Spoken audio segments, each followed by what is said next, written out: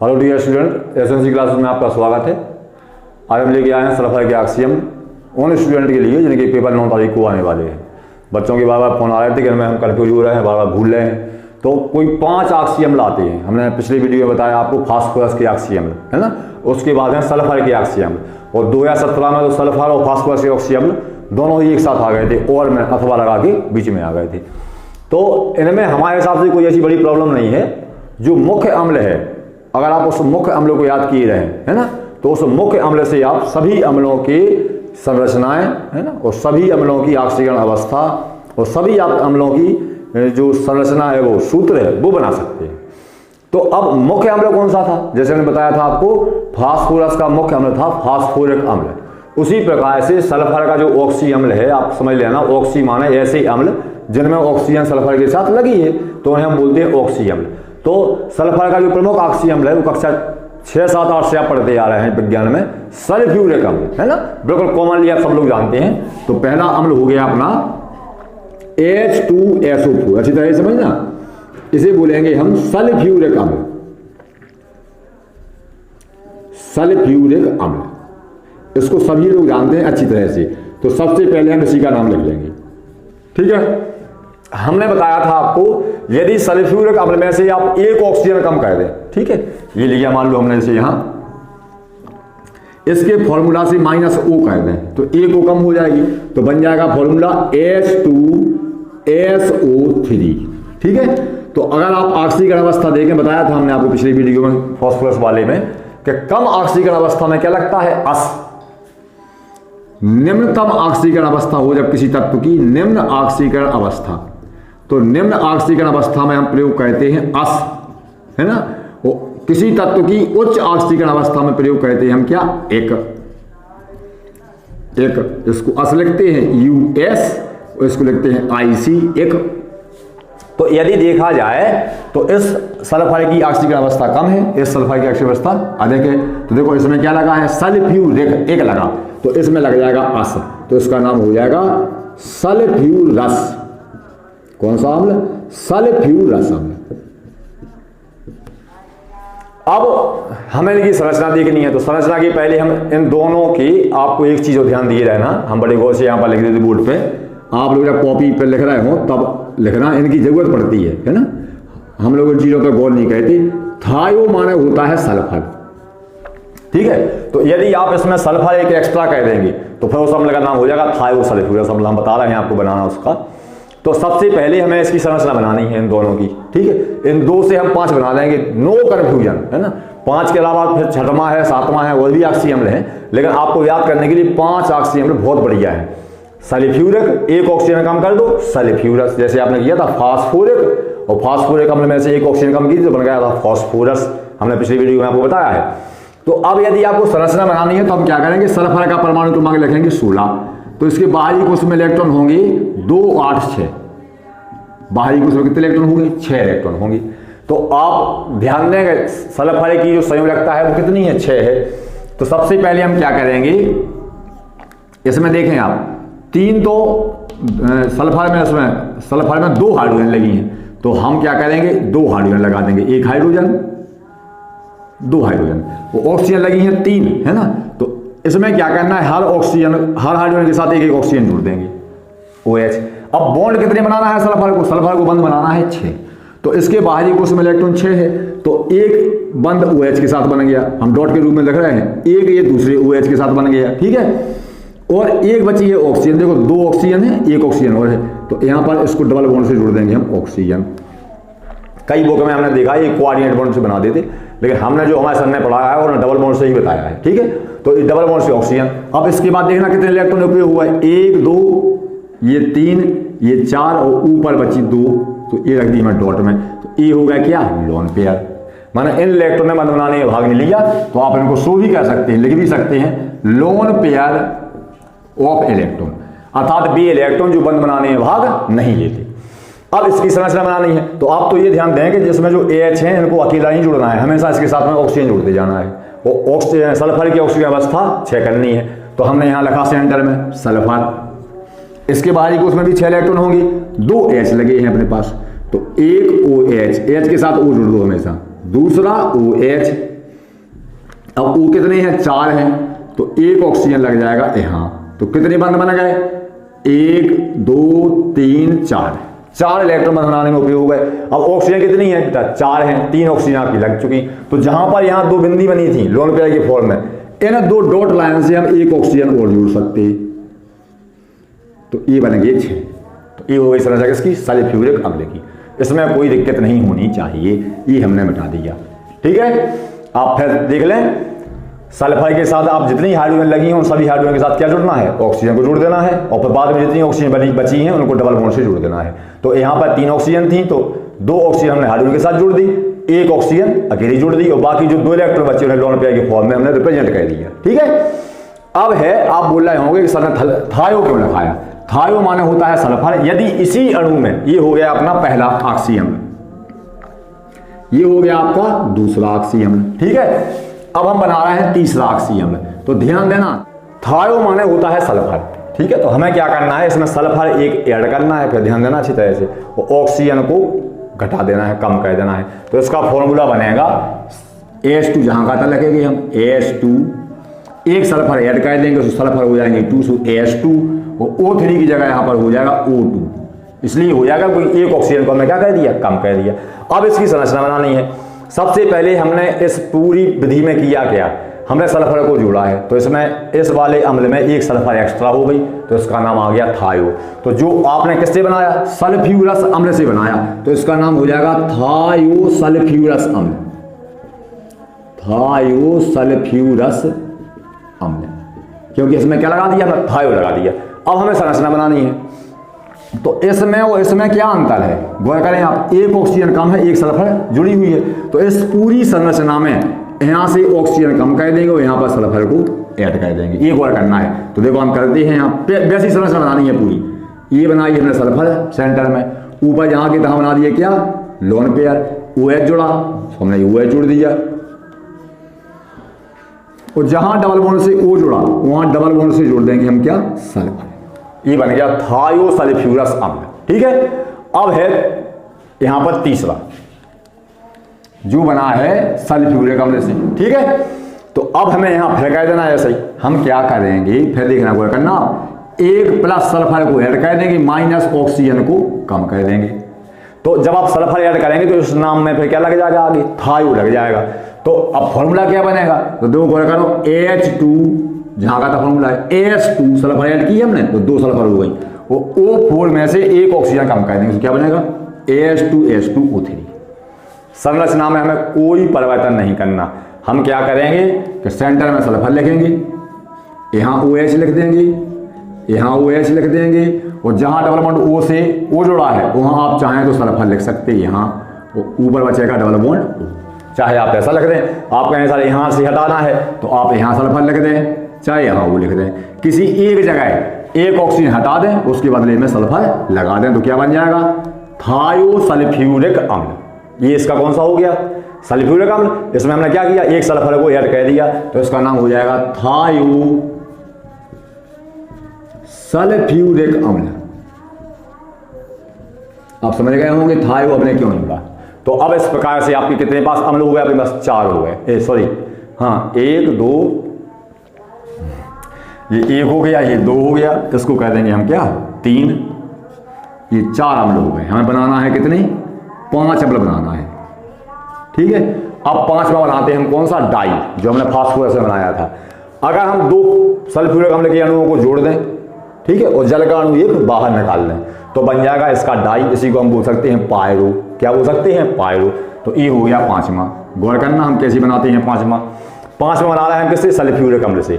AH2SO4 है ये, तो हम क्या करेंगे, AH2SO4 के 2 अणु जोड़ेंगे पहले, जैसे फास्फोरस से बनाया था हमने पायरो, AH2SO4, तो 4 H हो जाएंगे, 2 सल्फर, AH2 ऑक्सीजन 8। अब इसमें से क्या करेंगे, माइनस H2O कह देंगे। ठीक है, तो क्या बन जाएगा बेटा, AH2 एक ऑक्सीजन कम हो जाएगी, सो O7।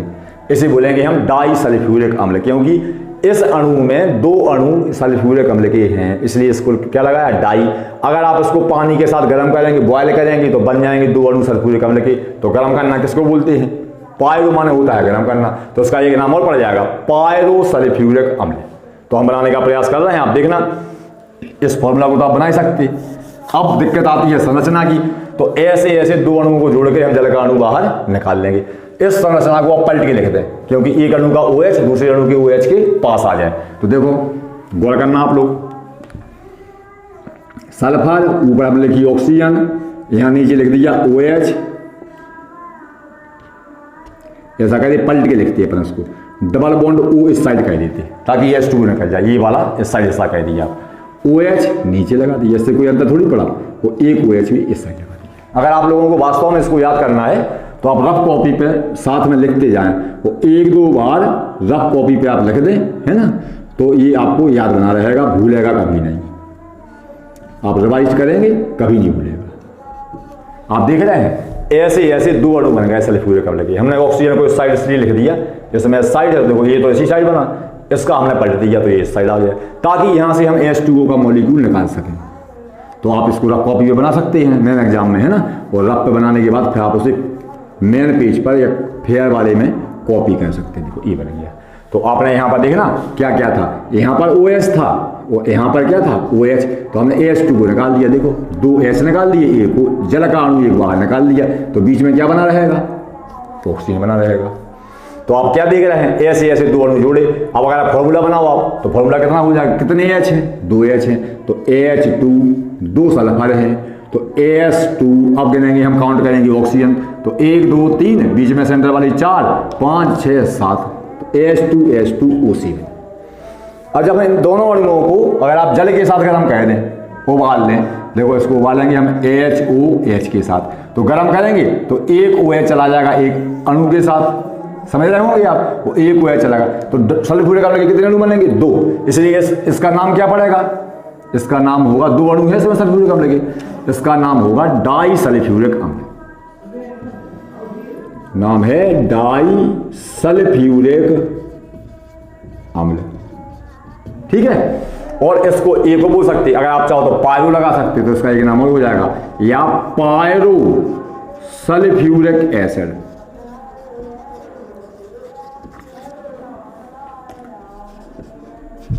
या इसको आप डाइसल्फ्यूरिक अम्ल, पायरो, या फिर इसको एक नाम है इसका ओलियम। ये ऑयल ऐसा होता गाढ़ा, इसलिए इसको हम ओलियम भी बोलते हैं, ओलियम। इसके 3 नाम है, तो आप तीनों में से कोई भी लिख सकते हैं, डाइसल्फ्यूरिक अम्ल, पायरोसल्फ्यूरिक अम्ल या ओलियम, ठीक है। अब आती है बात कि भास्मकता क्या होगी, तो बेटा इसकी भास्मकता नहीं पूछी जाती, क्योंकि सल्फर के सभी ऑक्सीजन अम्लों में आप देखें 2 OH समूह हैं, यहाँ भी 2 OH हैं, गौर करें आप देखो 2 OH, तो सभी ऑक्सीजन अम्लों की भास्मकता अगर कही जाए तो फास्फोरस के समान चेंज नहीं होती, सभी की भास्मकता 2 होती, कहीं भी देख लें आप 2 OH समूह लगे हैं। हमने आपको बताया कि संरचना बनाने के लिए आप क्या करें कि हर H के साथ O लगा दें, इसकी भास्मकता हमेशा कितनी होती है, 2। अब बात आती है ऑक्सीजन अवस्था की, तो हाँ ऑक्सीजन अवस्था पूछी जाती, कई बार पेपर में क्वेश्चन आता है, सुनिए कि सल्फर के किन्हीं 5 ऑक्सीजन अम्लों के नाम, तो हमें नाम लिख दिए, सूत्र ये ऊपर सूत्र लिखा है, तथा ऑक्सीजन अवस्था को समझाइए। तो ऑक्सीजन अवस्था में बेटा कोई प्रॉब्लम नहीं है, सीधे सीधे निकाले, देखो 3 दूनी 6, ऑक्सीजन की -6, हाइड्रोजन की धन 2, जितने ऋण है उतने धन कर दो, तो कितनी हो जाएगी इसकी, धन 4, कितनी हो जाएगी, धन 4। तो यहां पर ऑक्सीजन अवस्था हो जाएगी सल्फ्यूरिक, ये हमें मिटा देना है बनाना, तो यहां पर आप लिख सकते हैं ऑक्सीकरण, नीचे लिख दिया करें अवस्था = +4, ये हो गई। आपको ये रफ कॉपी पे करना है, ये ध्यान देना है, ठीक है। अब देखना है मैं सल्फ्यूरिक अम्ल की, तो 4 दूनी 8, माइनस के 8 हो गए, इसमें कितने होंगे, एक H पे 1 धन, 2 H पे 2 धन, तो सल्फर की निकली कितनी, +6। हमें ये सल्फर या ऑक्सीजन जुड़ के ही लिखना है, सीधा ये मिटा देंगे आप, ये लिखेंगे आपका क्या, ऑक्सीकरण अवस्था +6, ठीक है। अब निकालनी है आपको H2O2 की, तो 2 ऑक्सीजन की होगी -4, हाइड्रोजन की होगी धन 2, तो सल्फर की कितनी हो जाएगी, धन 2, धन 4 हो गए, ऋण 4 हो गए, तो ऑक्सीजन अवस्था कितनी निकली इसकी। अब यहाँ पर गौर करना बेटा, ऑक्सीजन अवस्था निकलेगी इसकी धन 1, बच्चे कन्फ्यूज हो जाते, 2 सल्फर की धन 2 है, तो 2 से डिवाइड करेंगे तो 1 सल्फर की धन 1 निकलेगी। ऑक्सीजन अवस्था में हमेशा 1 परमाणु की ऑक्सीजन अवस्था लिखी जाती है, ठीक है, 2 परमाणु हैं यहाँ पे, यहाँ ध्यान देना, इसको हम मिटा देंगे। तो ऑक्सीजन अवस्था ये निकल आई। अब दूसरी इसकी लिखेंगे तो 3 दूनी 6 -6 हो गए, ये +2 हो गया। कितने कम पड़ रहा है माइनस के लिए? +4, तो ये हो गया +4। तो 2 सल्फर की +4 है, यहाँ ये गोल करना फिर से, तो 1 सल्फर कितनी हो जाएगी? +2। तो ऑक्सीकरण अवस्था हो जाएगी +2। ये ऊपर का मिटा देंगे, ठीक है। अब है इसकी ऑक्सीजन अवस्था, तो इसकी ऑक्सीजन अवस्था वही निकलेगी जो इसके मूल अम्ल की है, इसके फादर की है, इससे बना है ये। तो 7 दूनी 14, आप निकाल लें, इस पे हो जाएगी +2। अब कितने प्लस कम पड़ रहे हैं? +12, तो +12 पड़ गई, ठीक है। तो 2 सल्फर की +12, तो 1 सल्फर की हो जाएगी ऑक्सीकरण अवस्था कितनी? आधी कह देंगे हम, कितनी कह देंगे? आधी। तो हो जाएगी कितनी? +6। अगर 3 अणु होते तो हम 1/3 कह देते टोटल ऑक्सीजन अवस्था। 2 अणु हो तो 1/2 कह देते। 4 अणु हो, 4 परमाणु है यदि, सॉरी परमाणु है, तो 1/4 कह देते, डिवाइड कह देते। तो इसकी ऑक्सीजन अवस्था लगी +6, ये इसको निकालेंगे। तो इस प्रकार से आपके पास ये 5 ऑक्सीजन अम्ल है ना। ये 5 ऑक्सीजन अम्लों को अगर आप चाहें तो टेबल के फॉर्म में भी बना सकते हैं, ऐसी टेबल बना देंगे, है ना, और पॉइंट बाई पॉइंट डाल देंगे। हमने ऑक्सीजन अवस्था लिख दी है और नाम लिख दिया है। तो आप लोगों को हमने पूरा प्रयास किया है, इसको कॉपी पर सुबह शाम गुनगुने पानी के साथ लिखें, है ना, शीघ्र आराम मिल जाएगा, माने बहुत जल्दी याद हो जाएगा। 2 बार लिखेंगे आप मात्र, और 2 बार में ही आपको याद हो जाएगा। बस आपको ध्यान देना है कि सल्फर की बाहरी कुछ में 6 इलेक्ट्रॉन है, और जितने भी अम्लों में H लगे हैं सभी H के साथ OH जोड़ना है, और जो इलेक्ट्रॉन बचे हैं उनके साथ ऑक्सीजन जोड़ते चले जाएं, तो पूरी संरचना जल्दी से जल्दी याद हो जाएगी, इसमें कोई कन्फ्यूजन नहीं होगा। तो हमने सल्फर के 5 ऑक्सीजन अम्ल पूरे कर दिए, लेकिन कई बार ये प्रॉब्लम आती है कि 7 करा दीजिए, है ना, 5 भूल जाते हैं। तो पहले तो आप 5 ही याद कीजिए। लेकिन हाँ, अगर नीट का एग्जाम आप दे रहे हैं तो नीट के एग्जाम में कुछ 2 अम्ल और हैं जो इंपॉर्टेंट है, उनकी संरचनाएं भी इंपॉर्टेंट हैं। तो इसी से बनते हैं मूल अम्ल, आपको इसी को करना है, H2SO4 को, ठीक है। तो हमने H2SO4 में सल्फर की ऑक्सीडेशन स्थिति निकाली थी, यहाँ -8, यहाँ +2, तो यहाँ कितनी निकली? +6। तो H2SO4 की जो ऑक्सीडेशन स्टेट है यानी ऑक्सीजन अवस्था है वो +6 है, ये आपको ध्यान देना है, ठीक है। अब आप कह रहे हैं कि 2 अम्ल और बनाना है, तो 2 अम्ल में कई बार पूछ लेते हैं ऑक्सीजन अवस्था, हालांकि बोर्ड में तो कभी तक नहीं पूछी गई है, लेकिन PMT माना नीट वगैरह और IIT वगैरह में क्वेश्चन ऐसे आ जाते हैं। तो इनका जो दूसरा, इनसे और अम्ल बना सकते हैं, आपने पढ़ा होगा, आपने ध्यान दिया होगा, H2O2 को बोलते हैं हाइड्रोजन पेरोक्साइड।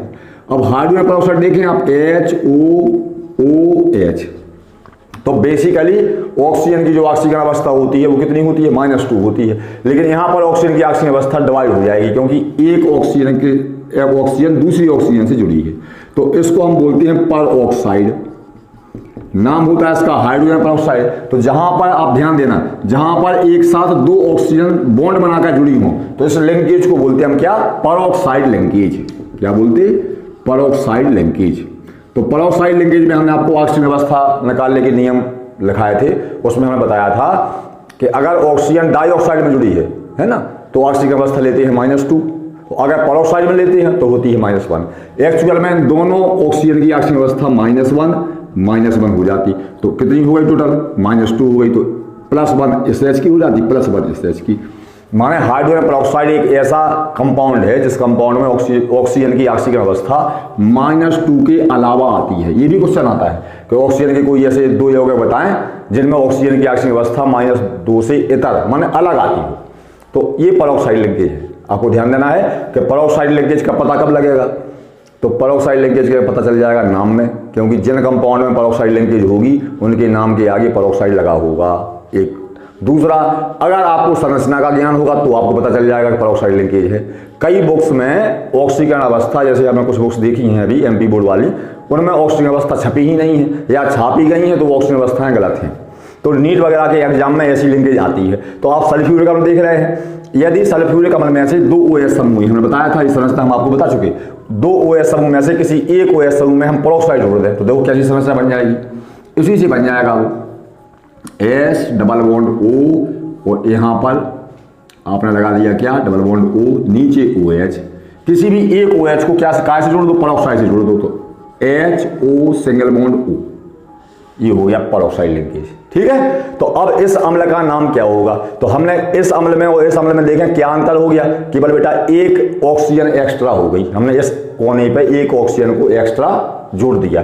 तो ये लिंकेज हो गई पेरोक्साइड। अब जब आप ऑक्सीजन अवस्था निकालेंगे तो इसकी भी -1 होगी, इसकी भी माइनस, माना 2 ऑक्सीजन की -2 होगी और बाकी सभी ऑक्सीजन कितनी होगी, -2 -2 तो टोटल -2 कितने हो गए, -2 तो -4, फिर से 2 तो -6 और ये कितनी हो गई, -2 तो कितने हो गए, -8 और 2 हाइड्रोजन है आपके पास, तो 2 हाइड्रोजन की ये हो गई -8, 2 हाइड्रोजन कितनी है, +2। आपको इक्वल करना है तो कितने करना पड़ेगी, +6। सल्फर पे क्या आ जाएगा, +6। माने ऑक्सीजन अवस्था में कोई परिवर्तन नहीं हुआ, क्यों, क्योंकि यहाँ पर एक ऑक्सीजन की -2, सबकी -2 थी, तो यहाँ पर ऑक्सीजन अवस्था कितनी निकली, +6 और यहाँ पर लिंकेज में -1 एक ऑक्सीजन की हो गई, -1 एक ऑक्सीजन की हो गई। तो आपको ये ध्यान देना है कि ये लिंकेज कौन सी हो गई, पेरोक्साइड लिंकेज। इसलिए इस अम्ल को बोलेंगे पेरोक्सी, गौर करना, नाम ध्यान करना, पेरोक्सी मोनोसल्फ्यूरिक अम्ल, मोनोसल्फ्यूरिक एसिड। इसको हम कैरो अम्ल भी कहते हैं, कैरो एसिड। और ऑक्सीकरण अवस्था आपको ध्यान देनी है बेटा, यहां पर गलती की बहुत ज्यादा गुंजाइश है। ऑक्सीकरण अवस्था होगी इसकी +6। अब अगर आप इसका फॉर्मूला कहेंगे तो इसका फॉर्मूला क्या हो जाएगा, इसका फॉर्मूला हो जाएगा, इस फॉर्मूला में एक ऑक्सीजन ऐड कह देंगे हम, तो बन जाएगा फॉर्मूला H2SO5।